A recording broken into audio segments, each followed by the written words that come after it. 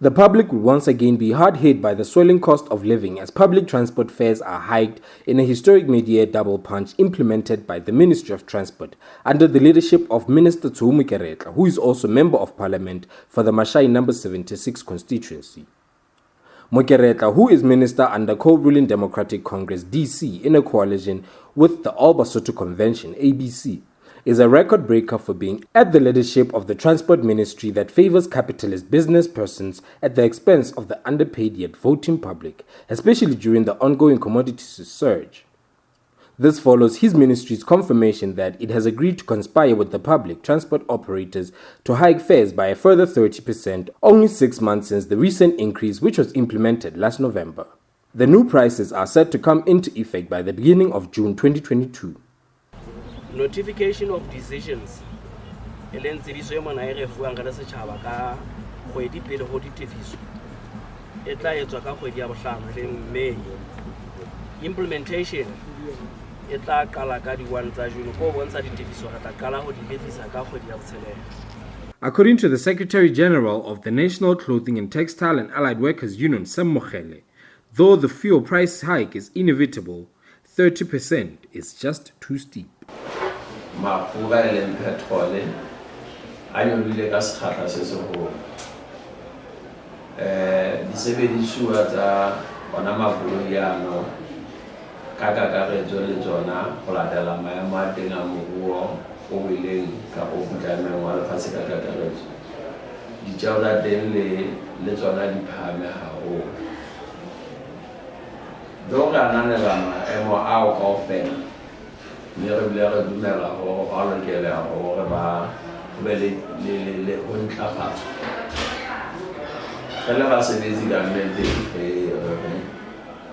ka fumana ile ho nyollwa ka sekgahla se seholo haholo se boima ho gona ga bona e ka ditlo ba ka bothata hona le lokisa ka di hodimo haholo hobane meputso ya basebetsi.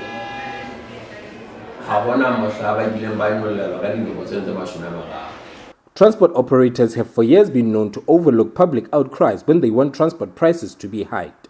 They have often been stopped by the ministry under the different ministers, who in the interest of the public often hold the ridiculous propositions of hikes. Usually the hikes have happened every other year, although history maker Mokeretla is agreeing with the operators by ushering the ministry to a first double hit in a space of less than 12 months. In 2020, Principal Secretary Thabo Motoko had even labeled operators tyrants on a mission to advance political goals, thus bullying governments to look in their favor.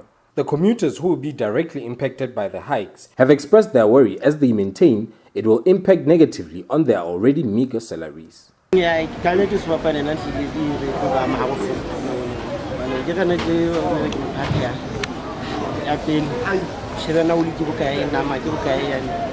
Who's in the Islam?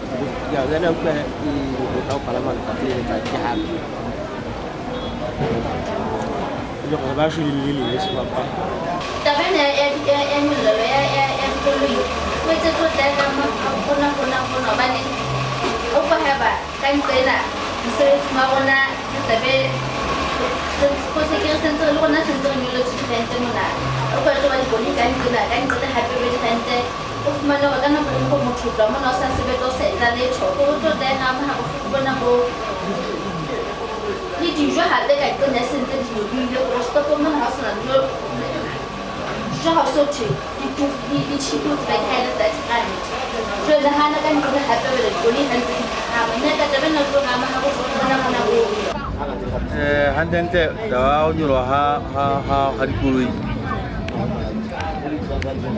Itu ramai orang di desa. Jalan gimana? Itu rumah sendiri kakak tunggu kakak. Izin angkat izin sendiri kakak TV. Kan itu jadi begini pun. Kau apa nak hal zona? Tiap mandi jual tu sedang macam sini saja. Jadi lo transport tu hari ini kenal lah namu. Itu hari ini kita lu habis lima sendiri kakak bawa.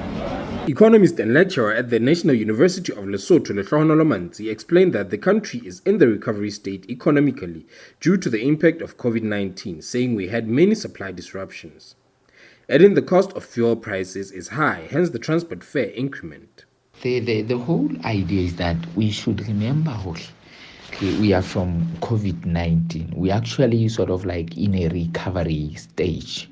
And remember, during COVID-19, we had a lot of what we call supply disruptions, whereby the firms closed and people were unemployed.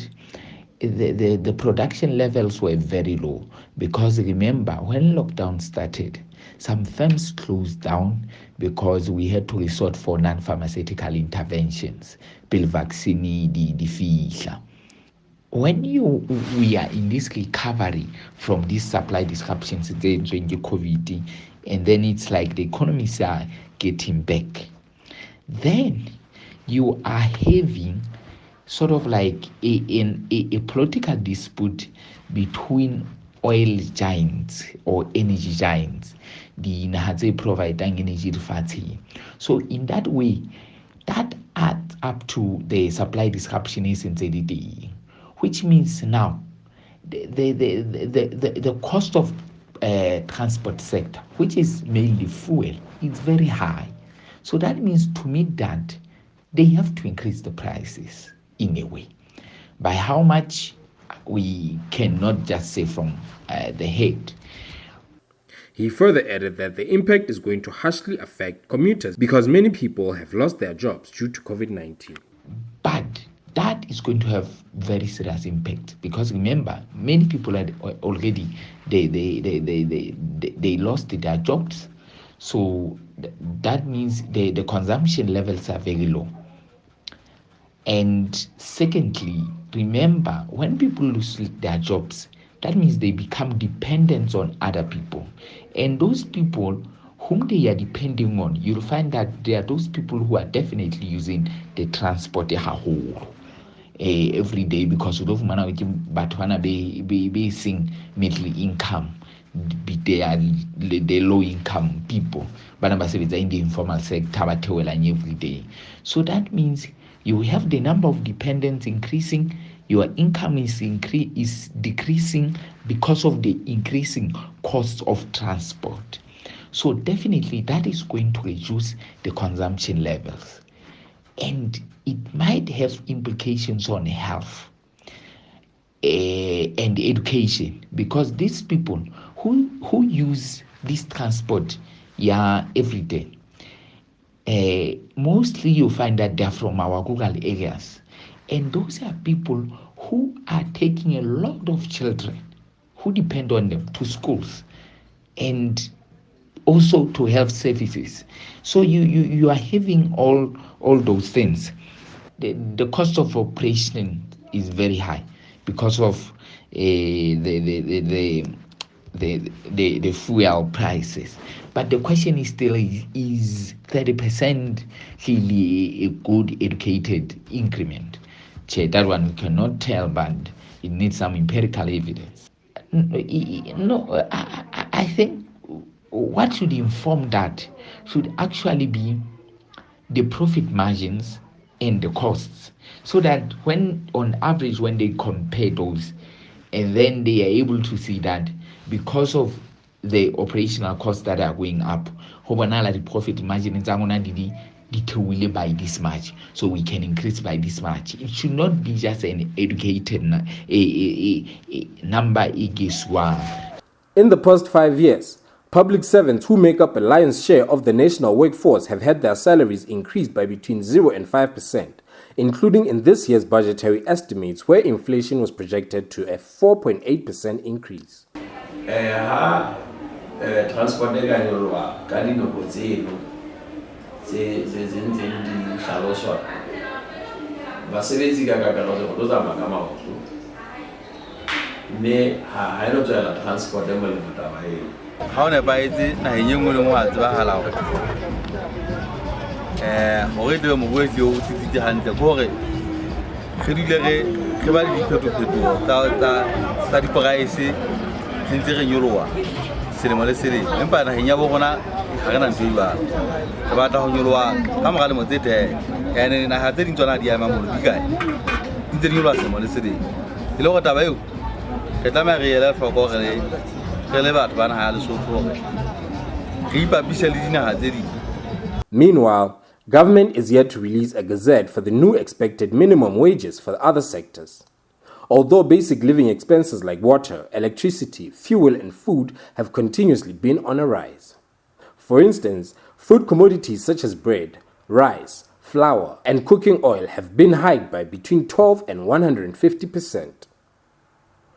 The country, like the rest of the world, has been negatively impacted by such economic challenges as COVID-19, natural disasters such as floods, as well as the ongoing Russia-Ukraine war, as it prepares for general elections set for late this year. It is this time that places such as Mokeretla's Mashai constituency is faced by a severe lack of infrastructure like roads and bridges.